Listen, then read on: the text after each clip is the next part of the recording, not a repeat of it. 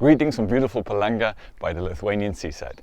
So in today's video actually I want to talk about FIRE and why I think the FIRE movement is actually flawed and there are much better ways for you to consider to live your life. Quick reminder for people who may not know what is FIRE.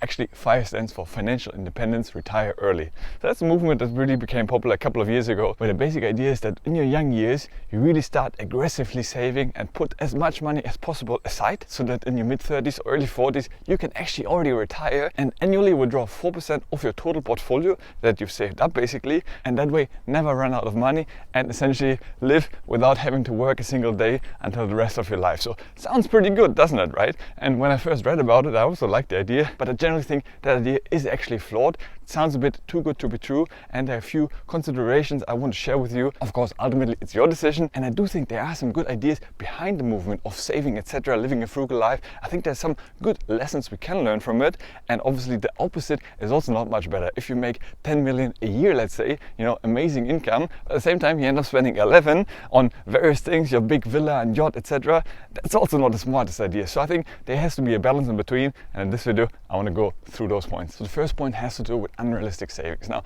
if you expected to put away 50 up to 70% of your income, I think it's extremely difficult to maintain consistently, while of course enjoying life a little bit. Now, it's not impossible, and obviously depends on your paycheck, right? If you're making 20,000 a month, it might be easier for you if you can live a frugal life. If you're just starting off making, I don't know, 1,000, 1,500, 2,000 euros net in your pocket, obviously depending where you live, etc. But obviously a starting salary may not be that high. To save 70% of that when you consider what you have to pay for, I think it's really difficult and might make your life much less enjoyable. Is it really worth wasting your early young days to enjoy the later half of your life? Again, something to answer. For me, honestly, I don't think so. And that actually brings me to the second point, and that's the quality of life. As I said, if you save that aggressively, obviously you'll be much less likely to enjoy some amazing experiences, to travel. For example, right now I'm in Palanga. Now, it's not the most expensive destination. We're renting a nice Airbnb, but technically, if I was really on a mission to retire early, I wouldn't spend that money on the weekend, to go to a nice restaurant, etc. Because technically, it doesn't really give me anything, right? It doesn't get me closer to my retiring date, because on the contrary, I'm taking money out of the money I could be saving and investing instead. But for me, experiences are so much more valuable than, retiring, I don't know, a few months earlier. But I don't actually think retiring early is really good for your mind as well. And also, if you're on such a tight budget, you will also make sacrifices on the quality of food that you're buying, which for me, once again, I value health that much. So I want to buy good and quality food items and not the cheapest stuff just to save, because once again, if I save on my food, my health will suffer in the process, and then many years from now you might end up paying much more on recovering your health, so to say. So I really think it has to be a balance, and I think just going for the cheapest is not necessarily the best. Now, I'm all for living frugally, and I always try to get a deal where I can get one, but at the same time I do believe on spending on certain things, quality items. For example, every year I upgrade my iPhone. Now you might say, Kai, that's absolutely not necessary, and you're probably right, but at the same time I use my device every single day. I use it for content creation, so I want to make sure I have the latest technology. So for me personally, I really don't need a lot of brands, etc. But I do like certain quality items, and especially for travel, I never save money on that because it really gives me so much joy, motivation, and new ideas, etc. So that's something I'm not willing to compromise just to be able to retire a bit earlier. Now, another big flaw that I think we need to address is the market conditions are not staying constant, right? The idea behind is that, one day when you're about to retire, you can withdraw 4% and never run out of money. Now that sounds all good, but when you think about it, if you withdraw 4% of your portfolio when the market is actually down, and it can be down in a bear market for a number of years, right? And obviously you're proportionally overdrawing much more than if the market was up. So if the market is in a bear market and maybe corrected by 30-40%, so if you now withdraw 4% of that, obviously it's proportionately so much more than if you're in a bull market, when the market is up, you're having gains, etc. So then the 4% are much different. So for me that's also flawed, because it kind of assumes that the market is sort of stable, grows 8-9% per year as the S&P has. But that is historically over many years. There can be a number of years in a row where the market goes down, and if you're exactly at the time when you're about to retire and want to withdraw your money, I think that's really difficult, and then you get into the stage of market timing, etc. And honestly, I don't think that's really the smartest approach. And that's why I'm personally quite excited about dividend paying stocks, because usually they at least maintain the dividends, if not grow the dividends over time. So even if the stock price is down, I still know I'm going to be getting my dividends from the company, and that just gives me more peace of mind. Now, another flaw the FIRE movement is not really addressing, and these are emergencies. Now let's be honest, nobody likes them, but this is life, right? Things happen. You might have an accident, or your family, or something happens to your your house or apartment that's really unexpected, or the car breaks down, a massive expense that you didn't forecast in your projections, and obviously it's there and you have to pay it, right? I mean, there's no way around it. You might have insurance for certain things, but there are just going to be life events in your life sooner or later that are unexpected, and they might cost you a significant amount of money. And unfortunately, the FIRE movement does not really take this into consideration, because if you withdraw the 4% when you're 50, let's say, and you're already retired and just want to enjoy life, those 4% won't be able to cover those high emergency costs if they come up. And you might have to really significantly reduce your quality of life, because obviously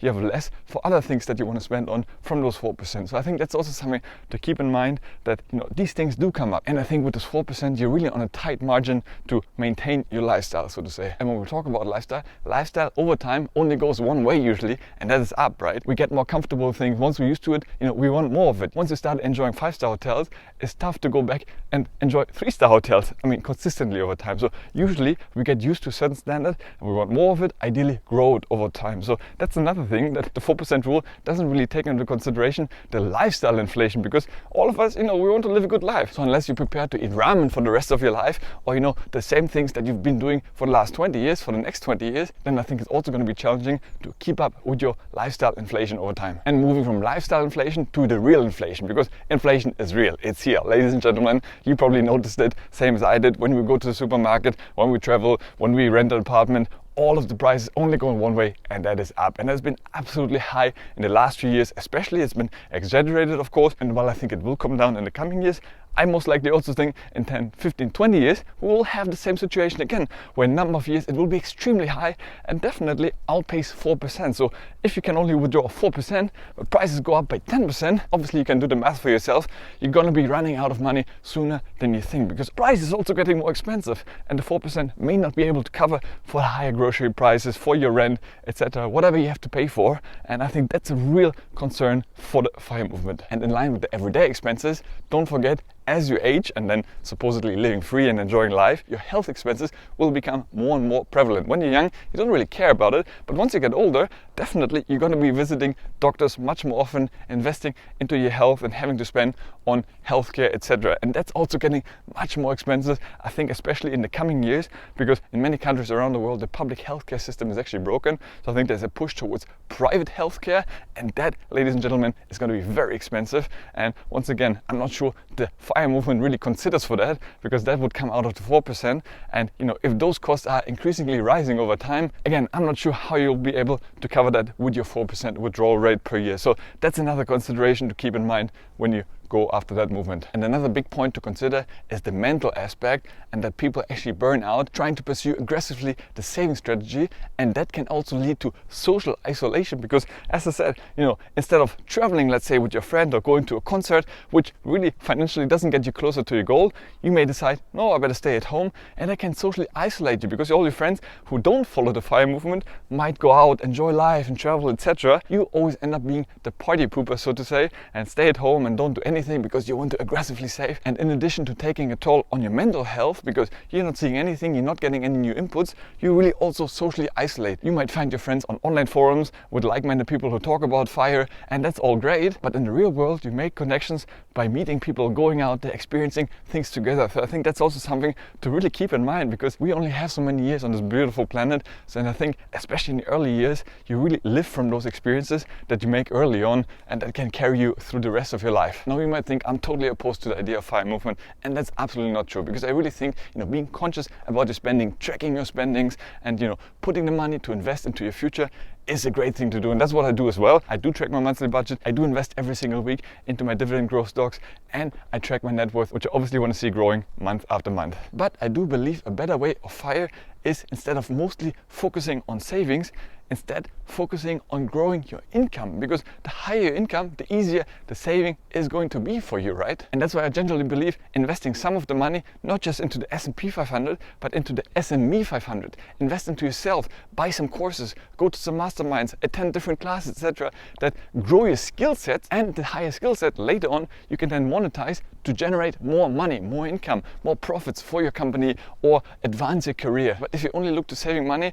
then you wouldn't be investing in yourself. This way you're also much less likely to progress in your career or grow your bottom line in your own business. So instead of dismissing FIRE altogether, let's use some of the benefits it actually offers, while at the same time focus on your income potential. And I think those two things together will allow you to live frugally, while at the same time really enjoying life, getting experiences, and really enjoying life to the fullest, because life is beautiful, life has so much to offer. I mean, guys, look at this. I'll just show you how amazing it is right now in beautiful Palanga in Lithuania. I mean, look at this. This is just absolutely priceless. I love it here. And honestly, I wouldn't want to miss this for a world. I mean, just absolutely stunning. And I'm really grateful for these experiences. And I want to travel more in this year. And whenever I come to such beautiful places, I can really relax. It triggers new ideas in me that later on will actually help me to earn more, to make more, etc. So really, it's worth it. Invest in yourself, invest in your experiences. Now, I'm sure a lot of you watching might be really obsessed with FIRE. So if you think differently than me, then please let me know in the comments. I'm always happy to learn from you and see another perspective as well. All right, guys, I'm about to jump in the sea. So thanks so much for watching. As always, stay healthy, get wealthy, and I'll see you in the next one. Ciao.